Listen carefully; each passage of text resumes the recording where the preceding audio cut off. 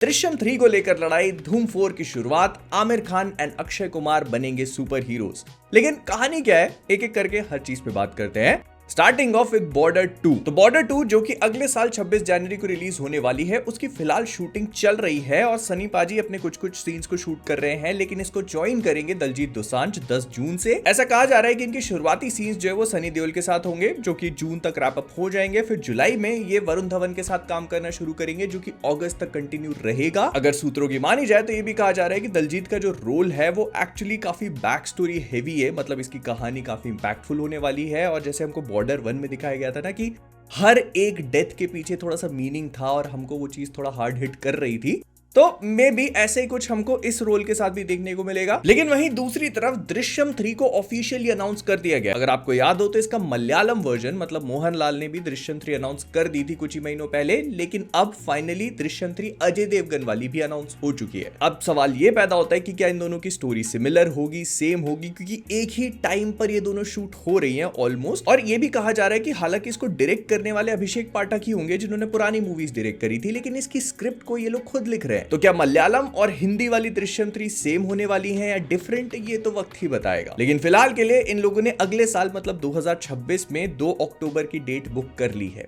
सबको पता है कितनी इंपॉर्टेंट है वो। फिर प्रभास की मूवी राजा साहब, जिसका एक छोटा सा ग्लिम्स हम लोगों ने काफी टाइम पहले देखा था और ये स्पेक्यूलेटेड था कि ये मूवी शायद अप्रैल में रिलीज होगी, फिर इसको डिले कर दिया गया।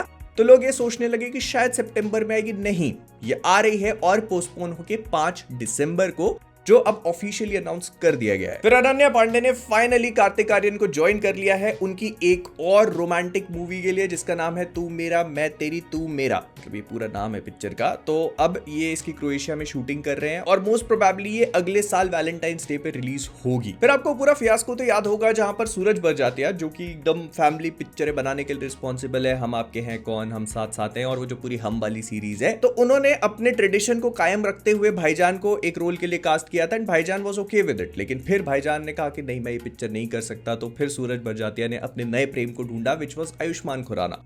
तो अब ऐसा कहा जा रहा है कि फाइनली आयुष्मान खुराना उस मूवी की शूटिंग को स्टार्ट करेंगे जैसे वो थामा को रैप अप करते हैं। इसकी शूटिंग मोस्ट लाइकली इस साल नवंबर से होगी। इनके सामने शर्वरी दिखने वाली है, जो कि अगले साल मिड तक इसको रिलीज किया जाएगा, 6 महीने की शूट के बाद। ऐसा कहा जा रहा है कि ये मूवी एक रोमांटिक कॉमेडी टाइप के एंटरटेनर होगी, जिसको न्यूक्लियर फैमिली के बैकड्रॉप्स में सेट किया जाएगा, मतलब इसमें न्यूक्लियर फैमिलीज पे फोकस किया जाएगा, थोड़ा मॉडर्न टाइम के हिसाब से बना रहे हैं। और भले ही भाईजान नहीं आए, लेकिन अनुपम खेर अपने ट्रेडिशन को कायम रखते हुए इस मूवी को ज्वाइन कर चुके हैं। फिलहाल के लिए आयुष्मान जो है वो थामा को शूट कर रहे हैं, उसके बाद उनको यशराज के साथ भी एक डार्क कॉमेडी शूट करनी है।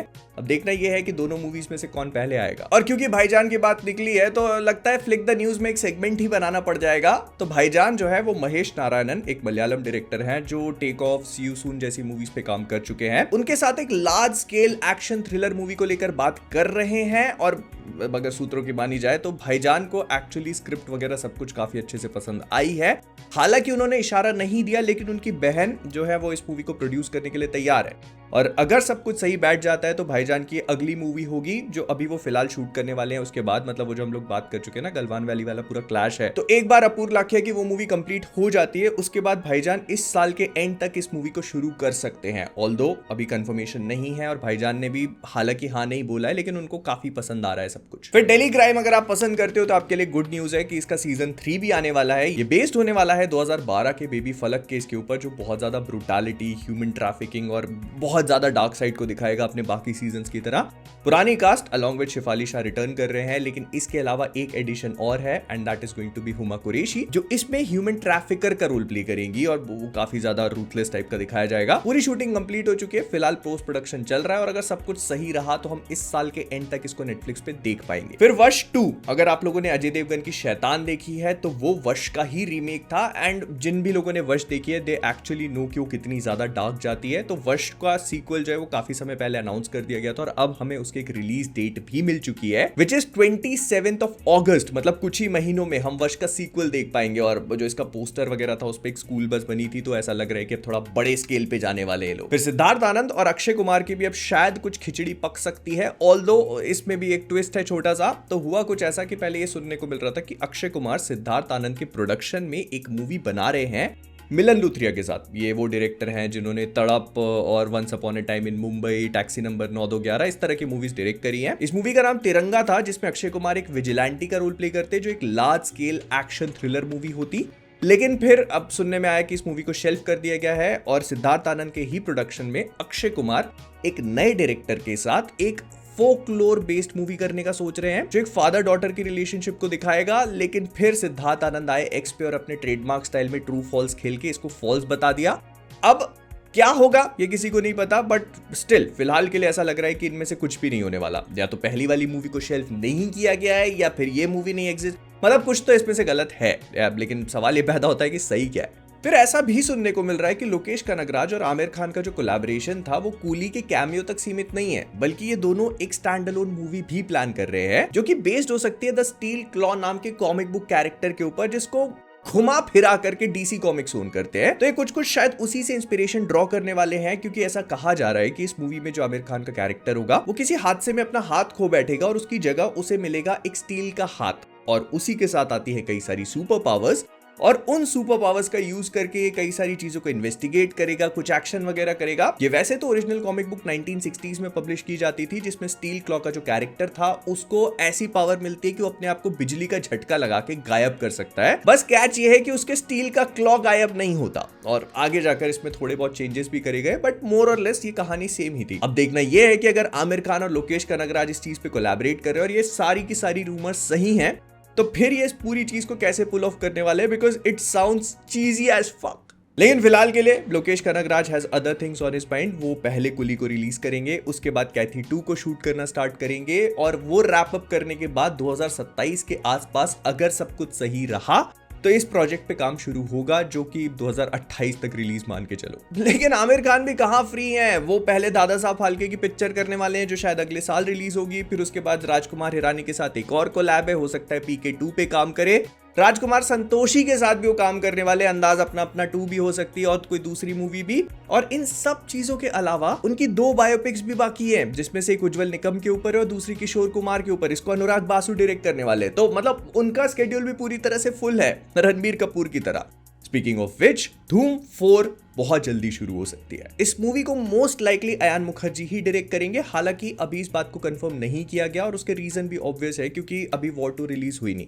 उसका रिस्पॉन्स, रिसेप्शन सब कुछ देखने के बाद अयान मुखर्जी को ऑन बोर्ड लिया जाएगा, जो वैसे तो ब्रह्मास्त्र 2 बनाने वाले थे, लेकिन फंडिंग इश्यूज की वजह से अब वो शायद धूम 4 पे मूव ऑन करेंगे, क्योंकि वॉर 2 रिलीज होते ही वो इसके प्री प्रोडक्शन पे काम करना शुरू करने वाले हैं। फिलहाल के लिए आदित्य चोपड़ा श्रीधर राघवन के साथ मिलकर इसका स्क्रीन प्ले और पूरी राइटिंग वगैरह की चीजों को हैंडल कर रहे हैं, और ऐसा कहा जा रहा है कि इस पूरी मूवी को ये लोग स्पाई यूनिवर्स का जो विजुअल पैलेट है उससे डिफरेंट रखेंगे।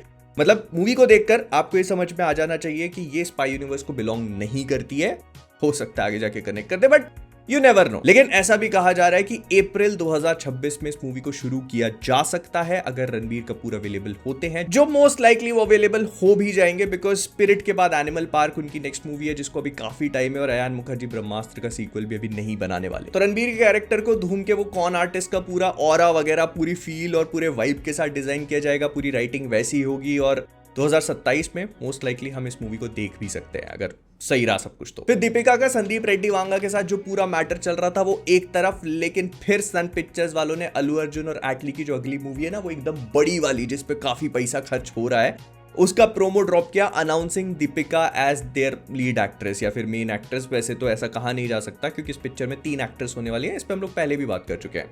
हो सकता है कि आगे जाकर एटली के साथ मिलके ही इस तरह के 2 प्रोमोज और ड्रॉप किए जाए, announcing the other 2 actresses as well. लेकिन जितना इस प्रोमो को देख के समझ पे आया, तो दीपिका के साथ ये लोग काफी लंबे टाइम से बात कर रहे हैं। मतलब इन लोगों ने वीएफएक्स स्टूडियो में जाकर मोशन कैप्चर और बाकी जितनी भी वीएफएक्स रिलेटेड चीजें होती हैं वो काफी कुछ कर भी लिए हैं, क्योंकि हम दीपिका को एक फिक्शनल घोड़े पे बैठकर तलवार वगैरह लहराते हुए देख सकते हैं, जो कि काफी क्लियरली ओरिजिनल मूवी में एक वीएफएक्स शॉट होगा। तो अगर तुम्हें इसका ऑफिशियल अनाउंसमेंट वीडियो देखने को मिले और उसमें ये वाला सीन भी दिख जाए, तो हैरान मत होना, क्योंकि they have been planning this for a very long time I think. लेकिन पिछले ही हफ्ते हम लोगों ने बात करी कि कैसे ऋतिक रोशन ने हुम्बाले फिल्म्स के साथ एक टाई अप कर लिया है, तो वो अब उनके साथ मिलकर के कोई मूवी बनाएंगे, और इस हफ्ते सुनने को मिल रहा है कि एसआरके मैथ्री मूवी मेकर्स के साथ टाई अप कर सकते हैं।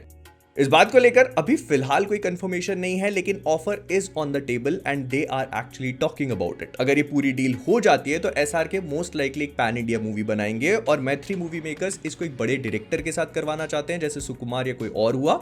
तो हर कहीं से मतलब एक कोलैबोरेशन हो रहा है। बॉलीवुड वाले साउथ में जा रहे हैं, साउथ वाले यहां पे आ रहे हैं। We know what is happening, let's see if it works और नॉट। पता चल रहा है पुष्पा यूनिवर्स का एक पार्ट और निकल के आ रहा है और इस पे एसआरके होने वाला है। मैं उठेगा नहीं साला।